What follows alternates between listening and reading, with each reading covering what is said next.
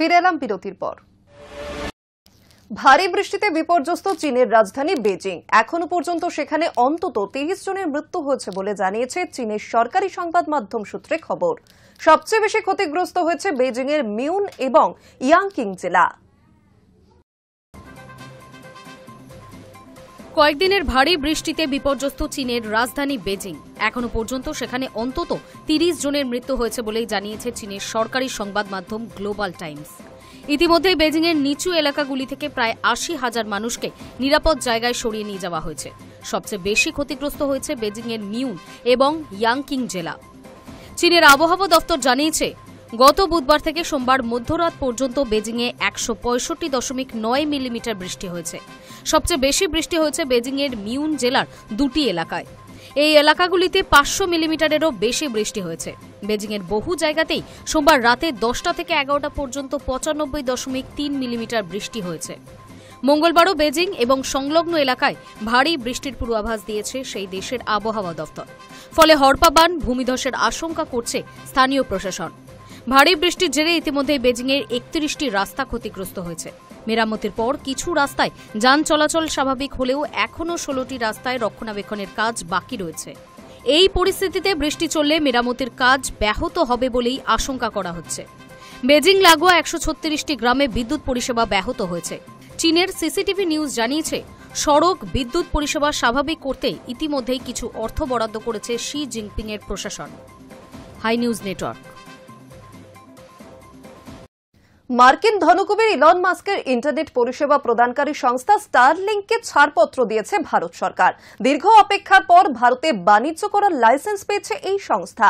তবে সকলেই নয়, ১৫০ কোটির দেশে এই পরিষেবার সুবিধা নিতে পারবেন মাত্র ২০ লক্ষ গ্রাহক। খরচও কম নয়।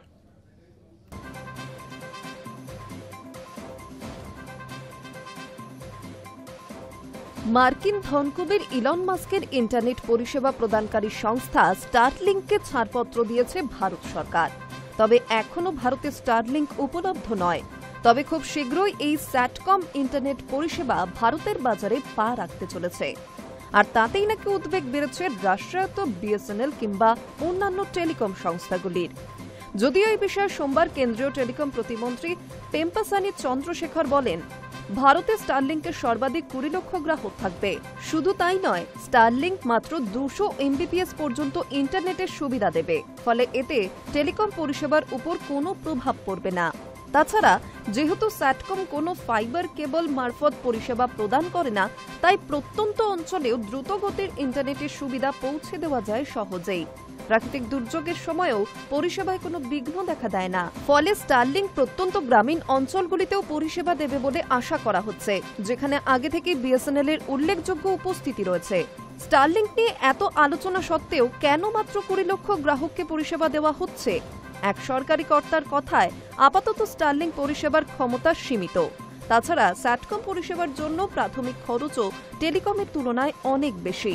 ইতিমধ্যে সারা বিশ্বে ১০০টিরও বেশি দেশে স্টারলিংকের পরিষেবা চালু রয়েছে। এক এক জায়গায় পরিষেবা বাবদ খরচ এক এক রকম। ভারতের ২ প্রতিবেশী দেশ ভুটান এবং বাংলাদেশেও স্টারলিংক রয়েছে। ২ দেশে স্টারলিংকের বাড়িতে ব্যবহৃত ইন্টারনেট পরিষেবার খরচ মাসে ৩,০০০ থেকে ৪,২০০ টাকা। ফলে ভারতে মাস্কের সংস্থার ইন্টারনেটের সুবিধা পেতে হলে ৩,০০০ থেকে ৩,৫০০ টাকা মাসিক খরচ হতে পারে। Hi news network.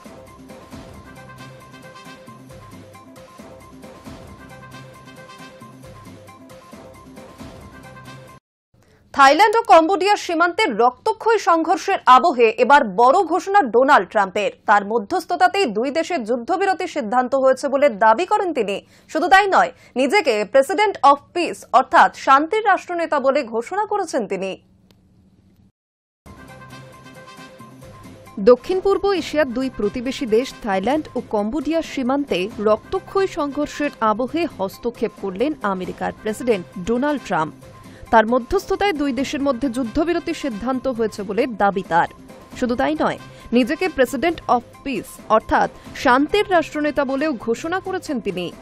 সাম্প্রতিক সংঘর্ষে অন্তত ৩৫ জন নিহত এবং ২০০ জনেরও বেশি আহত হয়েছেন বলে জানিয়েছে থাই ও কম্বোডিয়ান আধিকারিকেরা। প্রাচীন সীমান্ত বিবাদের কারণেই এই সংঘর্ষ বলে মনে করা হচ্ছে।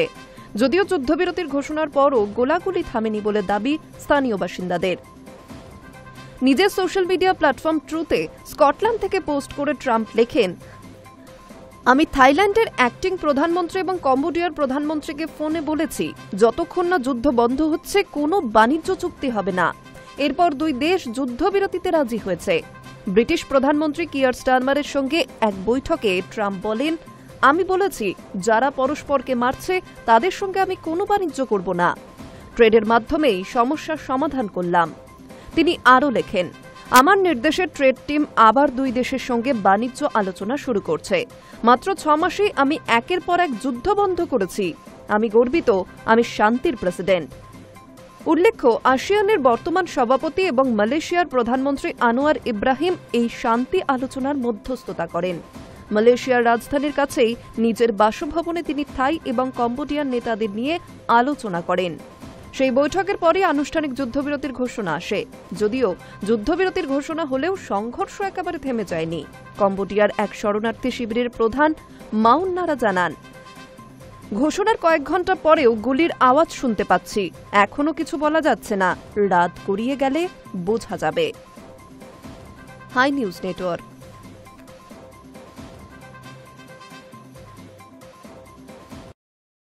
ফের আমেরিকায় আততায়ীর তাণ্ডব। সোমবার সন্ধ্যায় আচমকায় গুলিবর্ষণ শুরু হয় মিডটাউন ম্যানহাটন এলাকার এক কর্পোরেট অফিস চত্বরে। ঘটনায় জখম ব্যক্তিদের তড়িঘড়ি হাসপাতালে নিয়ে গেলে তাদের মৃত বলে ঘোষণা করা হয়। এক পুলিশ অফিসারও মৃতদের তালিকায় রয়েছেন বলে জানা যাচ্ছে। পাশাপাশি নিউ ইয়র্কের পুলিশ জানিয়েছে, পুলিশের পাল্টা আক্রমণে আততায়ীও নিকেশ হয়েছে। আমেরিকার বুকে বন্দুকবাজের দাপট। সোমবার সন্ধ্যা নাগাদ মিডটাউন ম্যানহাটন এলাকার এক কর্পোরেট অফিস চত্বরে রাস্তার উপর আচমকাই গুলিবর্ষণ শুরু করে এক আততায়ী। তাতে প্রথমে জখম হন বহু। তাদের তড়িঘড়ি হাসপাতালে নিয়ে গেলে তাদের মৃত বলে ঘোষণা করা হয়। মৃতদের তালিকায় রয়েছেন একজন পুলিশ অফিসারও। পুলিশ সূত্রে খবর, ঘটনাস্থলে একাধিক বড় বড় সংস্থার অফিস রয়েছে। ফলে হামলা চালানোর জন্য আততায়ী এই জায়গাকেই বেছে নিয়েছে। সোমবার অফিস ছুটির সময় নিরাপত্তারক্ষীরাও যখন বাড়ি ফেরার প্রস্তুতি নিচ্ছে, সেই সুযোগে অফিস চত্বরে গিয়ে গুলিবর্ষণ শুরু করে তারা। তাতে এক পুলিশ অফিসার ও 3 জন নিহত হন বলে খবর। এই হামলা সম্পর্কে বিস্তারিত জানিয়েছেন নিউ ইয়র্ক পুলিশ বিভাগের কমিশনার জেসিকা টিচ। তিনি জানান, একজন বন্দুকবাজি হামলা চালিয়েছে। পুলিশের পাল্টা আক্রমণে আততায়ীও নিকেশ হয়েছে বলে নিশ্চিত খবর জানিয়েছে নিউ ইয়র্ক পুলিশ। এ নিয়ে নিজের সোশ্যাল মিডিয়া পোস্টে শহরবাসীকে সতর্ক করেন নিউ ইয়র্ক সিটির মেয়র এরিক অ্যাডামসও। এই ঘটনায় রীতিমতো তটস্থ কর্পোরেট অফিসের কর্মী এবং স্থানীয় বাসিন্দারা। প্রত্যক্ষদর্শীরা সোশ্যাল মিডিয়ায় নিজেদের অভিজ্ঞতার কথা জানাচ্ছেন। কারো কারো বক্তব্য, আচমকা নিউ ইয়র্কবাসীর উদ্দেশ্যে পুলিশের ঘোষণা শোনা যায়। বলা হয়, মিডটাউন ম্যানহাটনে একজন বন্দুকবাজ হামলা চালিয়েছে। নিজেদের সুরক্ষার কথা মাথায় রেখে কেউ যেন 345 পার্ক এভিনিউ আশেপাশে না যান এবং যারা অফিসের ভিতরে আছেন তারা যেন ভিতরেই থাকেন, বাইরে আসবেন না। Hi news network. সম্প্রতি প্রকাশ হয়েছে আমেরিকার আন্তর্জাতিক বাণিজ্য কমিশনের একটি রিপোর্ট। সেই রিপোর্টে জানা গিয়েছে 2025 সালের প্রথম 5 মাসে আমেরিকায় আমদানিকৃত প্রতি 3টি স্মার্টফোনের একটি তৈরি হয়েছে ভারতে।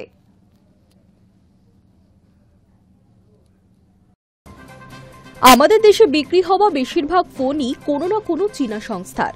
আর এবার এই মোবাইল তৈরিও আমেরিকায় বিক্রির তথ্যে চীনকে বলে বলে গোল দিচ্ছে আমাদের দেশ। অবশ্যই এর পিছনে রয়েছে অ্যাপেলের হাত।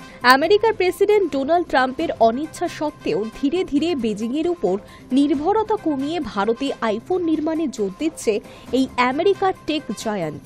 সম্প্রতি প্রকাশ পেয়েছে আমেরিকার আন্তর্জাতিক বাণিজ্য কমিশনের একটি রিপোর্ট। সেই রিপোর্ট থেকে জানা যায় 2025 সালের প্রথম 5 মাসে আমেরিকায় আমদানিকৃত প্রতি 3টি স্মার্টফোনের একটি তৈরি হয়েছে ভারতে। 2024 সালে ভারত থেকে আমেরিকায় আমদানিকৃত স্মার্টফোনের পরিমাণ ছিল 11%। আর এই বছর ইতিমধ্যে সেই সংখ্যা পৌঁছে গিয়েছে 30%। তথ্য বলছে এই বছরের জানুয়ারি থেকে মে মাসের মধ্যে 2,13,00,000 ভারতে তৈরি মোবাইল আমদানি করেছে আমেরিকা। অর্থের বিচারে যা $935 কোটি। 2024 সালের তুলনায় বেড়েছে প্রায় 182%। গত বছর পর্যন্ত চীন থেকে প্রায় 82% স্মার্টফোন আমদানি করত আমেরিকা। এই বছর ইতিমধ্যেই তা নেমে এসেছে 49%। আমেরিকায় ফোন রপ্তানির নিরিখে ভারত উঠে এসেছে দ্বিতীয় স্থানে, চীন ঠিক তারপরই। আর ভারতের পর তৃতীয় স্থানে রয়েছে ভিয়েতনাম। ভারতে আইফোন নির্মাণ নিয়ে বিরাট পরিকল্পনা রয়েছে মোদী সরকারের, আর সেই কারণেই কেন্দ্র চায় 2028 সালের মধ্যে আইফোনের অন্তত 30% সরঞ্জাম লোকালাইজেশন করতে। Hi news network. এবার নজর রাখবো আবহাওয়ার খবরের দিকে। আলিপুর আবহাওয়া দফতর জানিয়েছে আগামী কয়েকদিন দক্ষিণবঙ্গে বৃষ্টির সম্ভাবনা বাড়বে। বাতাসে স্বাভাবিকের তুলনায় বেশি জলীয় বাষ্প থাকার কারণে অতিরিক্ত আর্দ্রতাজনিত অস্বস্তি বজায় থাকবে। বৃষ্টি না হলে অস্বস্তি আরও বাড়বে।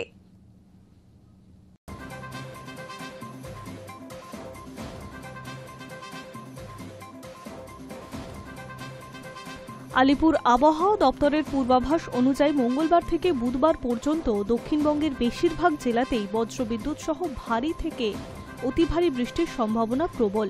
দক্ষিণ 24 পরগনা, হাওড়া, হুগলি, পশ্চিম মেদিনীপুর, পশ্চিম বর্ধমান এবং বাঁকুড়া জেলাতে জারি হয়েছে সতর্ক বার্তা। সঙ্গে থাকবে ঘন্টায় 30 থেকে 40 কিলোমিটার বেগে দমকা হাওয়ার দাপট। সঙ্গে উত্তরবঙ্গও বাদ যাচ্ছে না এই সতর্কতা থেকে। মঙ্গলবার থেকেই মালদা, 2 দিনাজপুর, আলিপুরদুয়ার, কোচবিহারে শুরু হতে পারে ভারী বৃষ্টি। দার্জিলিং ও জলপাইগুড়িতেও রয়েছে হলুদ সতর্কতা। যদিও কিছু এলাকায় এখনো তেমন তীব্র ইঙ্গিত নেই, তবুও স্থানীয়দের দুর্যোগের সম্ভাবনা উড়িয়ে দিচ্ছে না আলিপুর। কলকাতায় আকাশ রয়েছে গুমোট মেঘলা। মঙ্গলবার ও বুধবার শহরে চলবে বিক্ষিপ্তভাবে হালকা থেকে মাঝারি বৃষ্টি। বাতাসে আর্দ্রতার পরিমাণ 81 থেকে 98%, যা অস্বস্তির পারদ চড়াতে বাধ্য। মঙ্গলবার শহরে সর্বনিম্ন তাপমাত্রা 25.3 ডিগ্রি সেলসিয়াস, যা স্বাভাবিকের চেয়ে কম। সর্বোচ্চ 30 ডিগ্রি সেলসিয়াস, যা প্রায় 2.6 ডিগ্রি কম। গত 24 ঘন্টায় শহরে বৃষ্টি হয়েছে 69.3 মিলিমিটার। বৃহস্পতিবার থেকে ধীরে ধীরে অস্বস্তির বার্তা আনতে পারে আবহাওয়া, তবে তার আগে ছাতা মাথায় না দিলে বিপদ। Hi news network.